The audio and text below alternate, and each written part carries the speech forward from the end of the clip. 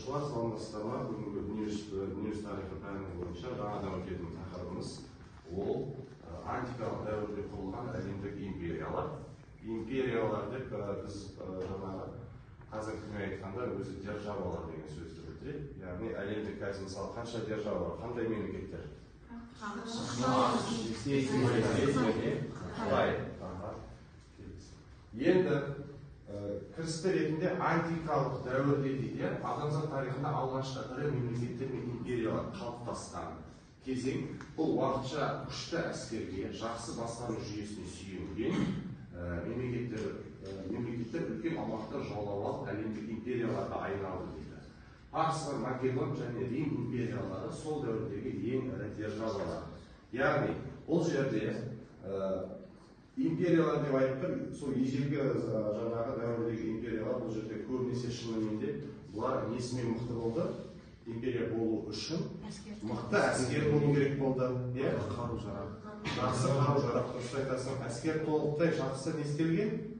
Қаруланған, яғни толықтай қару-саймандары толықтай болу керек, дамыған. Одан кейін өздерінің сол мемлекеттің экономикасы қандай болу керек? Мықты болу керек, дамыған болу керек. Яғни бұл жерде мықты деген сөз жаңағы бір ғана сөз емес, бұл жерде қаншама жаңағы саланы қамтып тұр. Мықты әскер болу керек деген, экономикасы мықты, ол яғни өзінің сауда-саттығы болу керек. Басқа көршілес мемлекеттермен сауда-саттық қарым-қатынас орната білу керек. Сол мемлекеттегі халықтың жағдайы жақсы болу. Яғни мемлекеттің жағдайы жақсы болу керек деп. Бұл жерде енді қарап тұрсақ, бір емес бірнеше мемлекетті алып қарадық. Енді бұл жерде жаңа айтып жатырмыз ғой, жаңағы Парс мемлекеті деп, одан кейін Рим империясы және Македон империясы деп, қарап тұрсақ, бұларда жаңа антикалық дәуірде өте мықты, жаңағы толықтай қаруланған, экономикасы дамыған, сондай үлкен ірі жаңағы империяларға айналды деп. Енді осы жаңағы империялар туралы өтеміз. Соның ішінде біріншісін алып қарайтын болсақ, бізде қандай? Парс империясы, біздің заманымыздан бұрын 6 ғасырда Кир, екінші Кир патшаның кезінде құрылды дейді. Ол өте үлкен аумақты қамтыды. Кіші Азия, Месопотамия, Египетке дейін жетті дейді. Яғни бұл жерде қарап тұрсақ, осы белгілі аймақтардың атауына қарағанда мемлекет үлкен көлемді алып жатқанын байқауға болады. Одан кейін парсылар жаулап алған халықтардың дініне, салтына тиіспеді, сондықтан империя ұзақ уақыт сақталды дейді. Яғни әртүрлі, дұрыс айтасың, яғни әртүрлі мемлекеттер болды, жаулап алушылық кезеңдер өте көп болды. Сол кезде кейбір мемлекеттер, жаулап алған мемлекеттер толықтай халқын құлдыққа дегізді. Одан кейін оның дініне, тіліне, салт-дәстүріне жаңағы өзгертуге енгізуге тырысты кейбір мемлекеттер. Ал соның ішіндегі мына Парс мемлекеті қандай болды? Яғни олардың жаулап алған мемлекеттерінің салт-дәстүріне, дініне дегенде мысалы жаңа әдет-ғұрпына ешқандай өзгеріс әкелмеуге тырысты, яғни тиіспеуге тырысты. Бұл жерде тек қана парсылар нені алады? Жаулап алған мемлекеттер не төлеп отыру керек болды? Салық төлеп отырса болды. Яғни өздерінің бір ерекшелігі болды бұл жерде. Енді жаңағы Македон империясы. Македон империясының өздерің білесіңдер, яғни Александр Македонский құрды. Ол жаңа біздің заманымыздан бұрын 4-ші ғасырда ол қысқа уақыттың ішінде Парсы мемлекетін жеңіп, Грекияның Үнді өзеніне дейінгі жерді бағындырды дейді. Александр қайтыс болғаннан кейін империя ұзақ сақталмай бірнеше мемлекетке бөлініп кетті. Енді Александр Македонскийдің кішігірім жаңағы өмірбаянына тоқталатын болсақ, бұл жерде Александр Македонский 20 жасында таққа отырды. Таққа отырды. Оның әкесі екінші Филипп болды. Есімізде болса. Яғни екінші Филипп болды. Ол сол кездегі жаңағы Македонияның басшысы болды.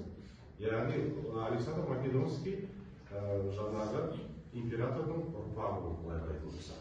Сол себепті екінші Филипп аяқ асты қайтыс болғаннан кейін бұл жерде Александр Македонский 20 жасында таққа отырған болатын.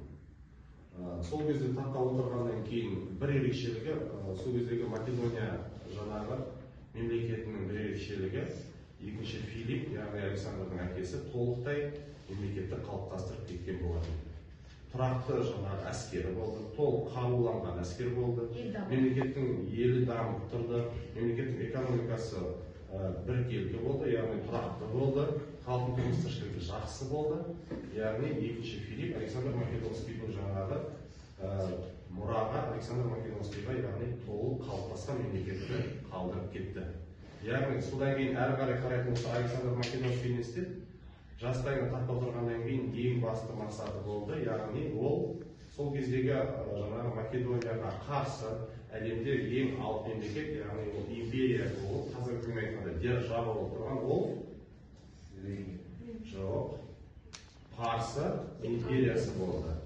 Яғни екінші Дарийдің кезінде Парсы империясы болды. Парсы империясы, яғни бұларға үлкен қарсылас болды. Сол себепті жаңағы Александр Македонский билікке келгеннен кейін бірден Парсы жаңағы мемлекетін жаулап алуға тырысты. Бірақ кейбір деректерде жаңағы Александр Македонский 30 жасында, кейбір деректерде 32 жасында не істейді? Қайтыс болады.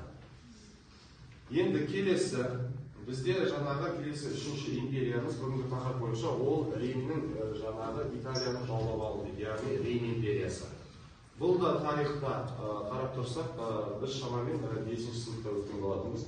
Рим империясы да жарты әлемді жаулап алған үлкен империяға жататын. Рим енді бастапқыда Италиядағы шағын қала мемлекет болды дейді. Рим. Қазір алып қарайтын болсақ, Рим мысалы жаңағы Италияның астанасы. Дұрыс айтасың. Яғни астанасы. Бірнеше соғыстар арқылы Рим Италия жерінің бәрін өзіне қаратады. Рим әскерінің тәртібі күшті болды, ал бағынған халықтарға Рим заңдары енгізілді дейді. Енді бұл жерде де жаңағы Парсы мемлекетіне кішігірім мәлімет бердіге, одан кейін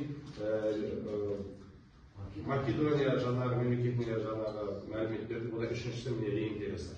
Енді Рим империясы деген кезде бізге ең алғашқы не есімізге түседі? Не есім мықты болды? Рим империясы. Әскері ең алғашқы, темірдей тәртіп болды әскерде, толықтай қаруланған және арнайы дайындықтан өткен әскер болды. Рим империясының бір ерекшелігі, көптеген жаңа айтып отырмыз, жаңағы Италияның ішінде кіші ғана не болды, мемлекет болып кетті, қалашық болып кетті. Енді Рим империясының тағы бір ерекшелігі, дұрыс айтасың, түсті металға бай болды дейді Рим империясы. Яғни соның арқасында не істеді? Олар толықтай өз әскерін не істеді? Қару-жарақпен, яғни қаруландырды, сауық сайманмен тіпті. Одан кейін темірдей тәртіп болды, толықтай дайындықтан өткен әскер болды. Яғни Рим империясы сол кезде алғаш рет әлем бойынша тарихта Рим әскері жаңағы біз мысалы әскерге қарайтын болсақ, Рим әскерлерінде ол арнайы өзінің жаңағы профессия дейміз, мамандығы бойынша жұмысы болды, әскерде қызмет ету. Яғни жаңа кейбір деректерде 50 жас, кейбір деректерде 45 жасында не істеді? Зейнетке шығып отырды әскер. Ал сол жасқа дейін, мысалы 20 жасында әскерге қабылданатын болса, сол жасқа дейін қызмет ету парыз болды. Және бір ерекшелігі басқа мемлекеттерге қарағанда Рим империясы ең алғашқы нені алып келді? Әскерге жалақы төлеуді алып келді. Және Рим империясы белгілі бір аймақтарды, көршілес мемлекеттерді, басқа жерлерді жаулап алған кезде не істеді? Жақсы көзге көрінген мықты қолбасшыларға және әскерлерге жаулап алған жерлердің жер телімдерін бөліп беріп отырды, сыйақы ретінде. Түсінікті ғой? Бүгінгі жаңадан өткен тақырыбымыз бойынша енді кері байланыс ретінде колесо фортуна арқылы, яғни сұрақтар қойылады, соған белсенді жауап беруге тырысайық. Бұл жерде бірінші сұрақ енді қараймыз тақтаға. Біздің заманымыздан бұрын Александр Македонский бастаған әскер кімдермен соғысып жеңіске жетті? Ал енді жаңағы бірінші сұрақ бойынша кім жауап береді? Так, Ұлпан. Тыңдаймыз мұқият. Александр Македонский біздің заманымыздан бұрын 336 жылы Парсы империясының парсыларды жеңіп, Гамгамет түбегінде өз билігін алған. Яғни біздің заманымыздан бұрын 316 жылы Македония әскерінің басшысы, яғни Александр Македонский Парсы империясының Гамгамет түбегінде жеңіске жетті. Ал енді келесі сұрағымызға жауап беруге тырыссақ, тақтаға қараймыз. Парсы империясының құрылуы дейді. Яғни бұл жерде қай жылы қашан болды деген толық мәлімет. Келесі екінші сұрағыңызға кім жауап береді? Қолыңызды көтерейік. Расул жауап береді дейді. Парсы империясы біздің заманымыздан бұрын 550 жылы құрылған. Оның негізін қалаған Кир екінші. Кир вариансы ретінде екінші тапсырмамыз, яғни екінші әдіс тәсіліміз бұл Quizzes платформасы. Жиі қолданып жүрген платформалардың бірі, яғни бұл жаңадан өткен тақырыпта, яғни тест ретінде сұрақ береді, соған жауап береміз. Және бұл жерде жаңағы бір ерекшелігі оқушылар яғни бір-бірімен не істейді? Кім дұрыс жауап береді және кім жылдам жауап береді, яғни ұпай жинап бірінші, екінші орынға көтеріліп бір-бірімен жарысып отырады. Сол себепті жаңағы қазір біз барлығымыз сканерді етіп алдық, QR код арқылы енді қазір сұрақтар беріледі, соған жаңағы жауап беруге тырысамыз, белсенді болуға тырысайық.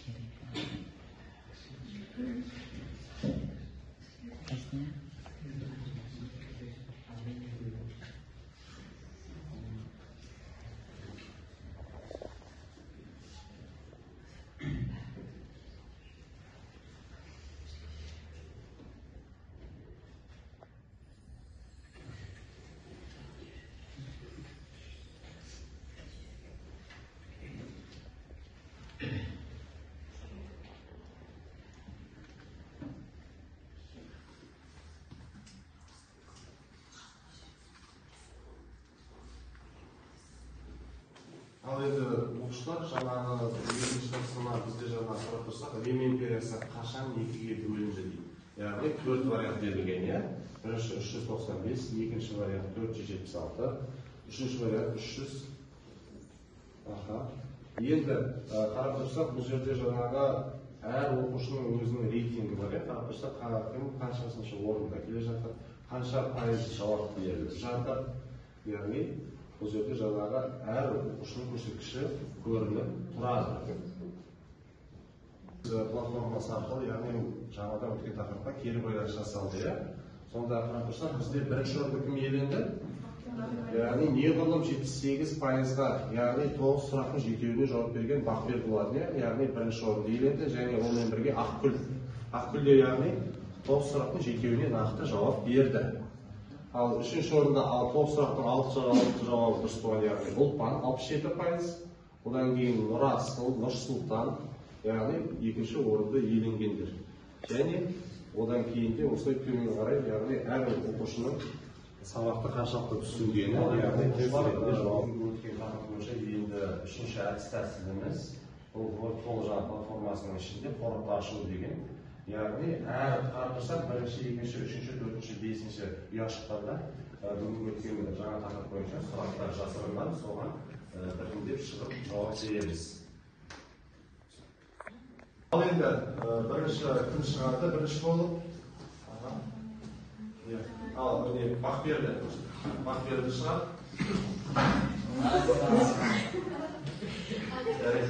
Бақберді таңдаймыз, қандай ұяшықтағы таңдайсың? Үшінші ұяшық. Арифметикалық дәуір дегеніміз не? Жаңағы Бақберді жауап береді.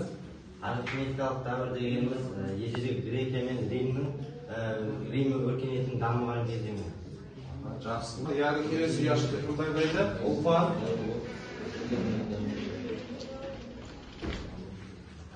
Жақсы, қайсы ұяшықты таңдайсың? Бірінші ұяшық. Арифметикалық дәуіріндегі империялардың мәдениеті қандай болды? Арифметикалық дәуіріндегі мәдениеті қандай болды?